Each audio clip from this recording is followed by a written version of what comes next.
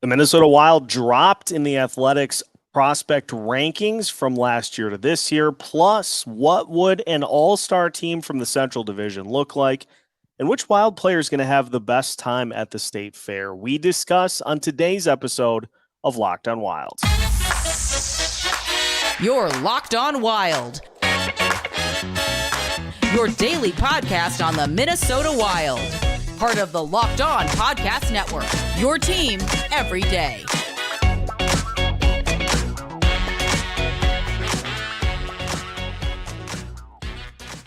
What is up? Welcome into another episode of Locked on Wild, your daily Minnesota Wild podcast. Part of the Locked on Podcast Network, your team every day. Thank you, as always, for making Locked on Wild your first listen each and every day. If this is your first time tuning into Locked on Wild, make sure you subscribe on YouTube and your favorite podcast platform so you don't miss out on any new episodes throughout the rest of the off season.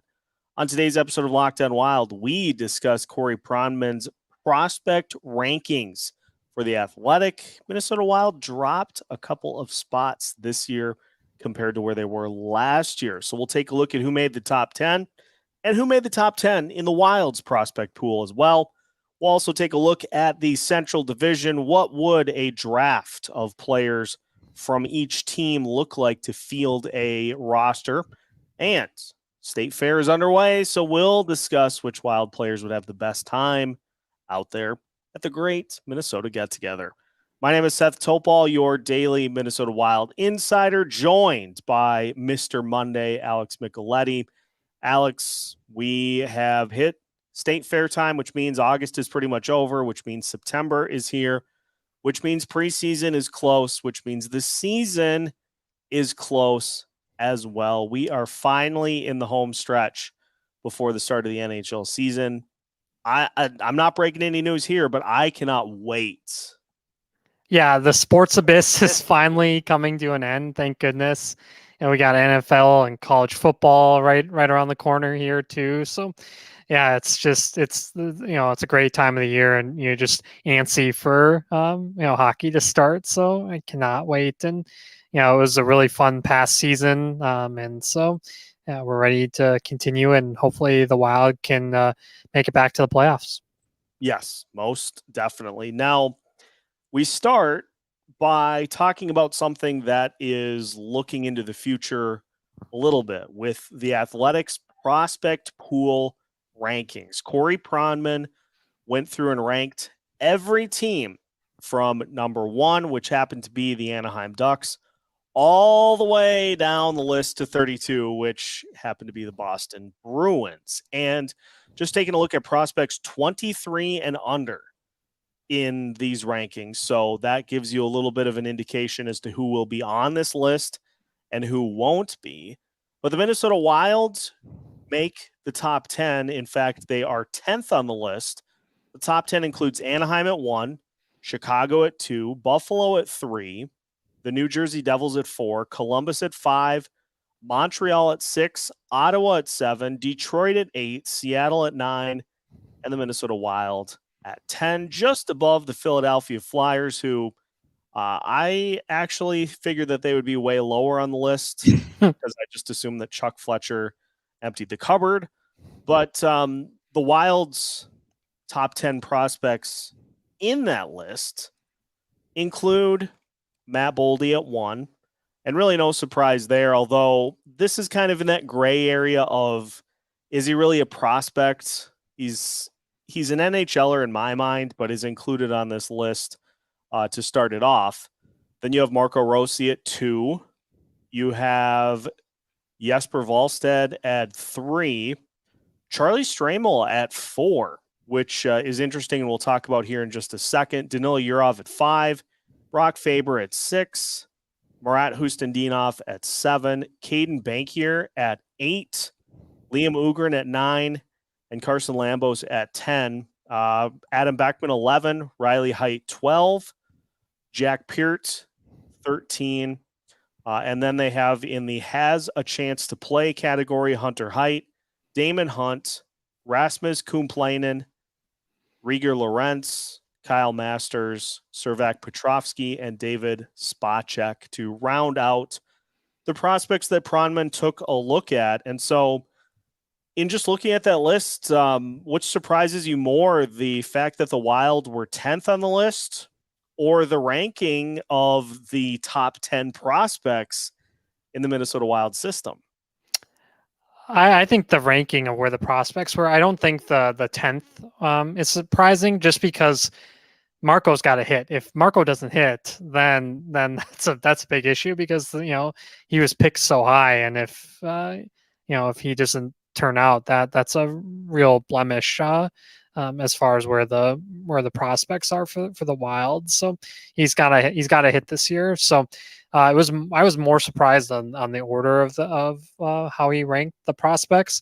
I think Ogren's going to have a really, really good chance to have a really long career with the Wild, and so I think he needed to be higher there. I mean, Stramel is coming off a 5-goal season, so hopefully with Mike Hastings taking over at Wisconsin, he can help Charlie improve on those numbers. But I think Ogren needs to be higher. I think a guy like Damon Hunt, he might actually play this season, depending on if Addison gets in the doghouse, because Damon can play the power play. So I think that's a guy that could actually play in the NHL this season. So yeah, there was some interesting on the rankings there. I think Gustafsson should be a lot higher too. I think he's setting himself up to be a top in the top 6 here really soon. And the exciting thing too, I think, is that we're going to get a chance to see all 3 of those guys, it sounds like, at the same time. They're kind of lining things up. Ugrin, Yurov, and Hustendinov are lining things up to head to America at the same time. And so you get those 3 cooking. I did think it was interesting that Stramel was ranked at 4, but then I remembered that Pronman was one of the guys that was highest, I think, on Stramel in the draft. And so he's kind of reinforcing those views into thinking that Stramel can, with a solid system in college, can really develop into a quality prospect. And the fact that he's put on this list above a guy like Brock Faber, I think is interesting. But the other point to consider with these is that these lists are all subjective. Oh yeah. It depends entirely on what the person writing the list, because you could go to Scott Wheeler's list, and I'm sure they're the same publication. Yeah, but the eye of the beholder. I just find it interesting that the Wild were at 8 last year, dropped to 10 this year. Pronman gave the Wild a C+ for their draft. Really, we won't know until these guys either get to the NHL level or don't. That's really the only time that you can properly evaluate a draft, which is why we're starting to do so much of that with Chuck Fletcher, because those guys have pretty well all graded out. But these next handful of drafts, 4 or 5 years down the road, we'll be able to get a sense of what Judd Brackett has done. But still, it's been a Wild team that's been right around the top 10 every year that Brackett and Guerin have been in charge of the draft since they took over.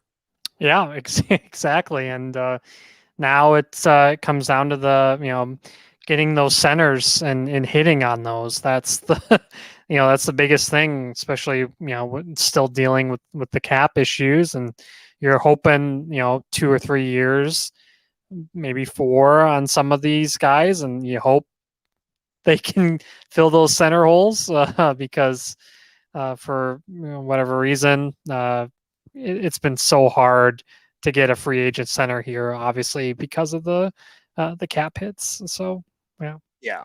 And spoiler alert, in our next exercise, the Wild do not have a center on the list, and so that continues to be an area to look at. We are going to look at how the Central Division would look if we put an all-star team together with players off of each roster. So we'll go through that, and we'll discuss some names that got snubbed, should be on, should not be on. We'll discuss all that as we continue today's episode of Locked on Wild after this.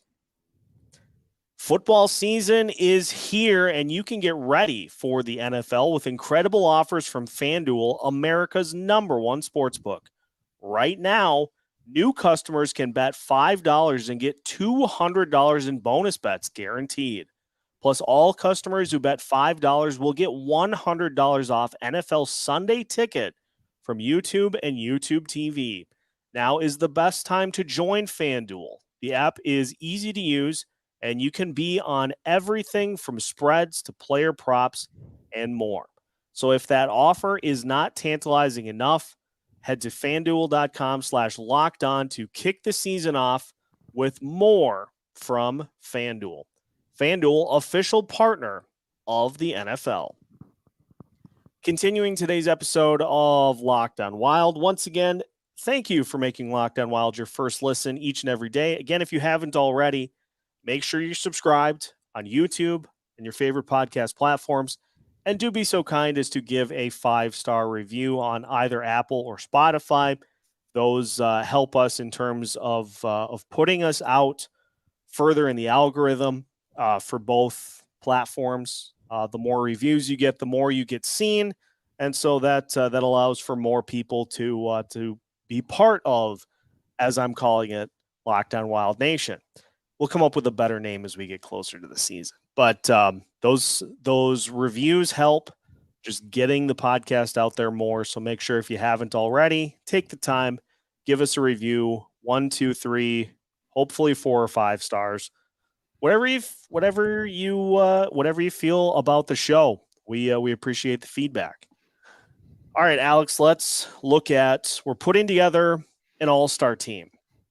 And what we're doing is we're taking 3 players from each roster to field a full team plus a couple of extras. But the thing here is, with only taking 3 players per team, you got to be selective about who gets what spot. And that's going to come up in a key area related to the Minnesota Wild.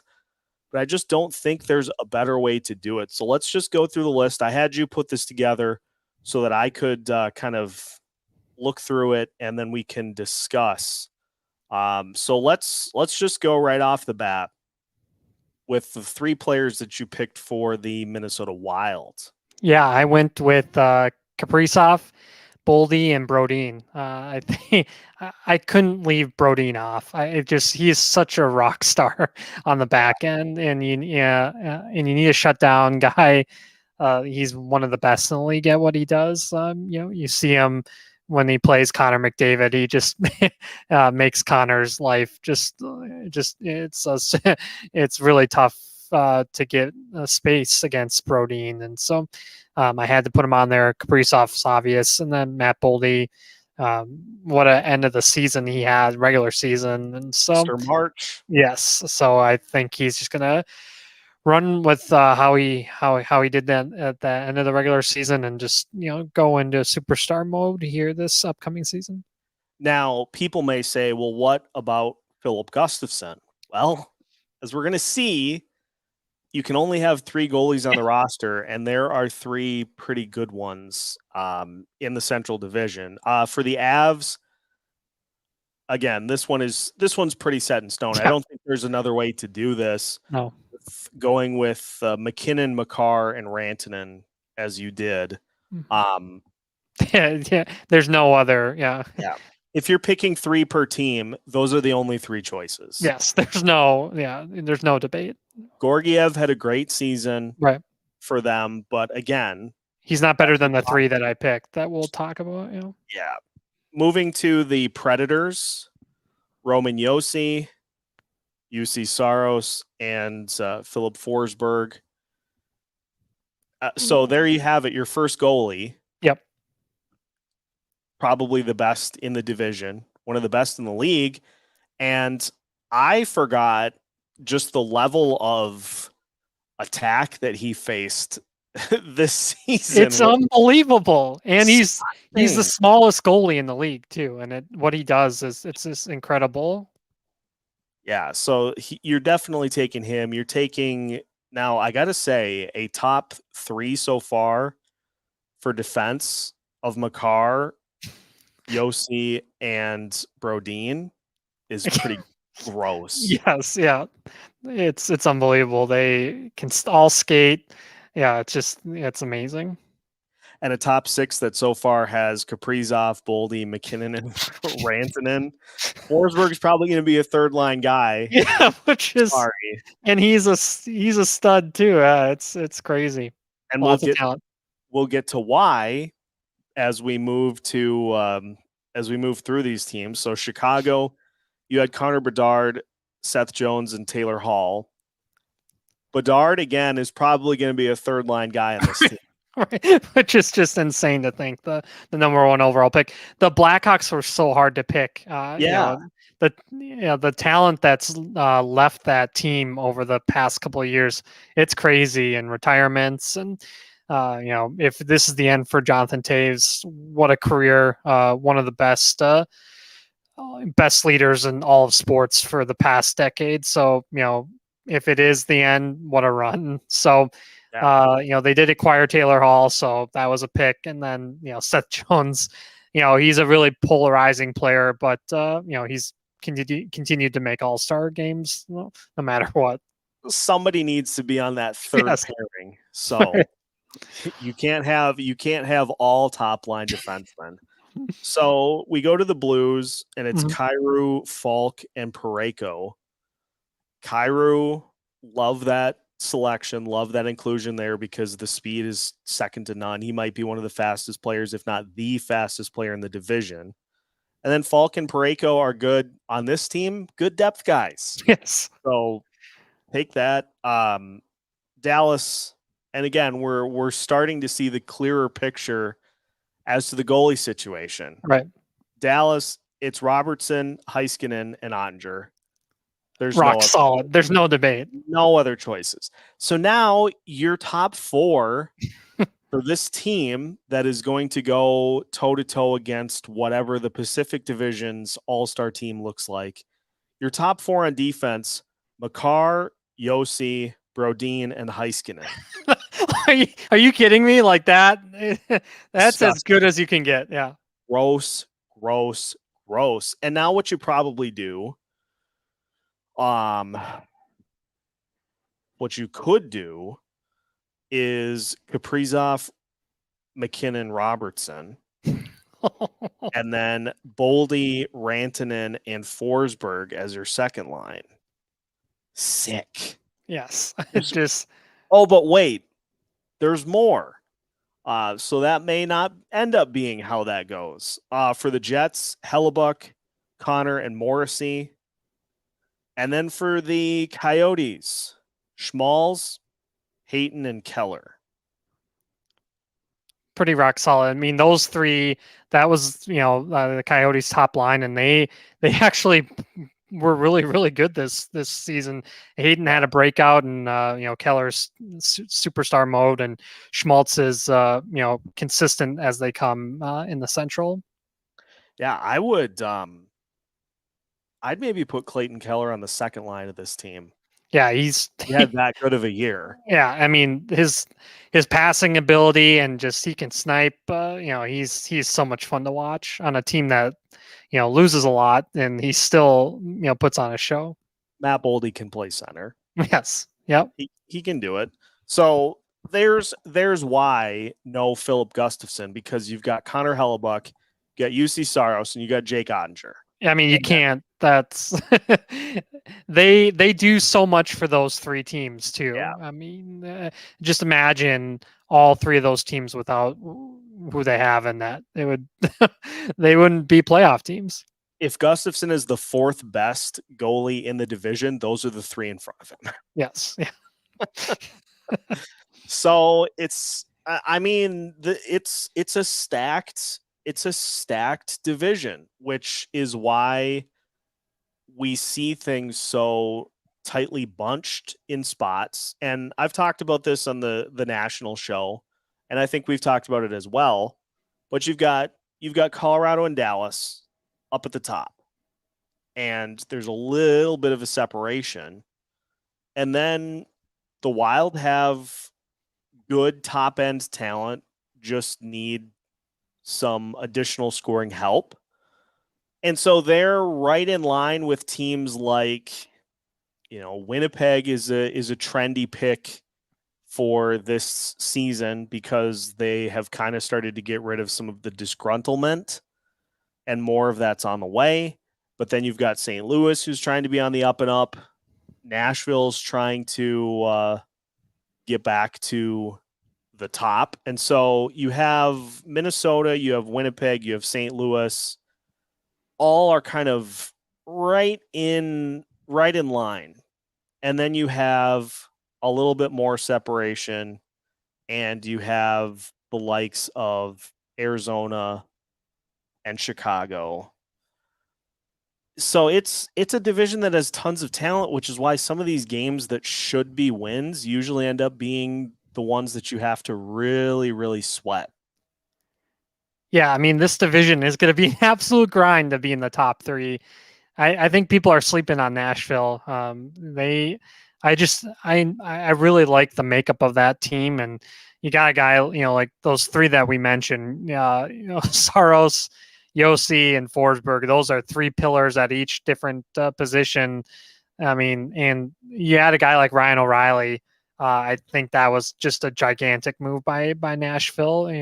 You win by up the middle strength, and that was a huge key addition. A guy like Ryan McDonagh goes unnoticed too. That was a huge move this past season, and again, he'll be pretty rock solid. You can ask Tampa how much they missed Ryan McDonagh. It was a nightmare with their defense without him. So he's a key cog that goes unnoticed a lot. So watch out for Nashville. And you look at the top three. The Wilds dealt with a handful of injuries throughout the season. Yep. Colorado, it was like they were running the Oregon Trail and their wagon capsized while they were trying to fjord it. God, I loved that. I loved that game as a kid. But they just had every bad thing that could happen, it seemed like. And then you have the Dallas Stars, who you get to the end of the year and you're like, did they use injured reserve once? Yeah, they lucked out. Yeah, it was incredible. And the only issue they ever ran into was Pavelski, but then he came back, after getting hit by Dumba, and he had that 4-goal game in Seattle. Yeah, that was crazy. That series was unbelievable. Yeah, that was fun to watch. And with Colorado too, just the whole Nichushkin thing too. It was again, then that Seattle, that Kraken it was unexpected. So it was interesting in the playoffs for the Central too. You never know what you're going to get, which is a perfect motto for the Great Minnesota Get Together, because it seems like there is something new every year. And so we're just going to toss, to finish today's show, a little hypothetical Minnesota Wild related state fair question. That is on the way after this. Final segment of today's episode of Locked On Wild. Once again, thank you for making Locked On Wild your first listen each and every day. Seth Topal joined by Alex Micheletti. Alex, the state fair going on right now, the Great Minnesota Get Together, tons of food, sights, smells, sounds, lots of people watching. And I know there are several Wild players that take part in the state fair with the team at the Minnesota Wild booth. But my question for you that we'll finish today's show with is, which Wild players do you think would have the most fun at the fair? Obviously, huge crowd environment, unique food. Who do you think, and why is the correct answer Jake Middleton?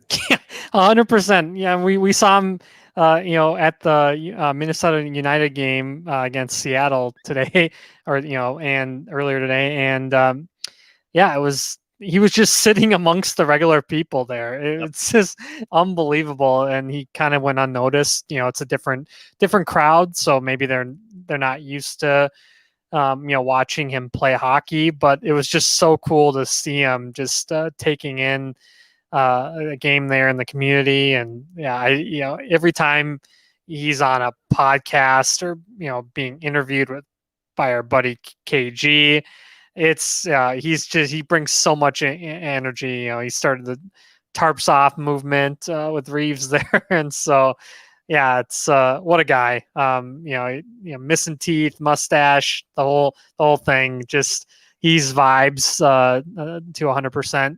Some other guys, obviously the new guy, Pat Maroon Big Rig. He is an absolute character.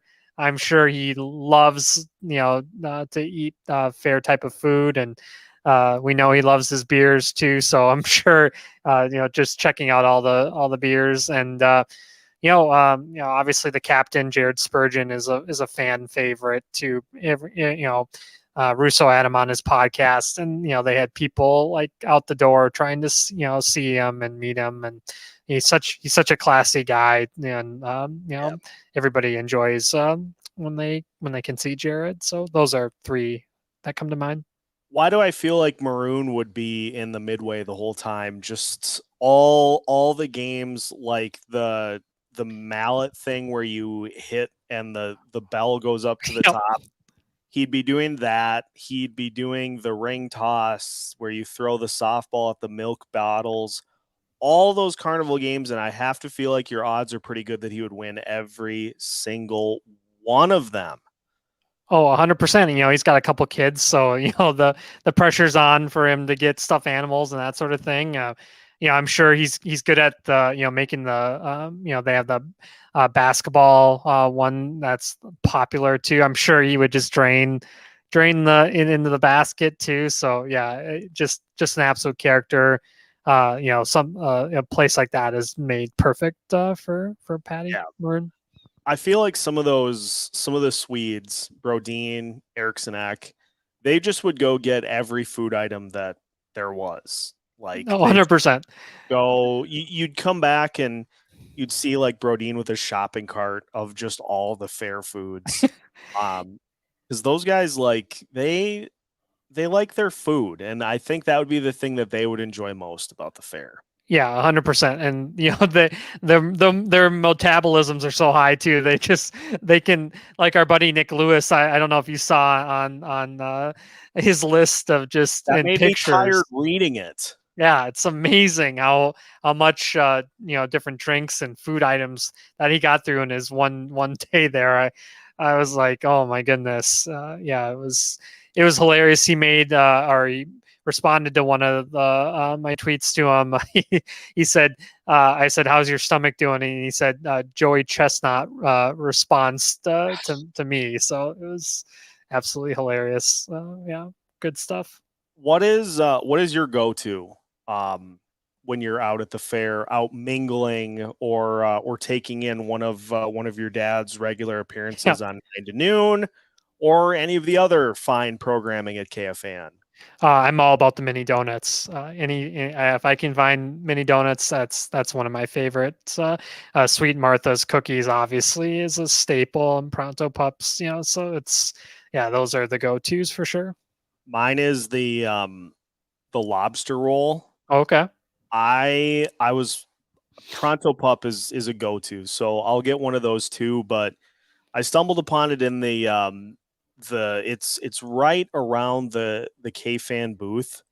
There's that cantina with a bunch of different like fish spots in there, and I saw lobster roll on the list, and I was like, bingo. Just outrageously good. Yes. A lot of butter, but you need that for good lobster, and I'm gonna need to go and get one now. Yes. Yeah. Gonna have to.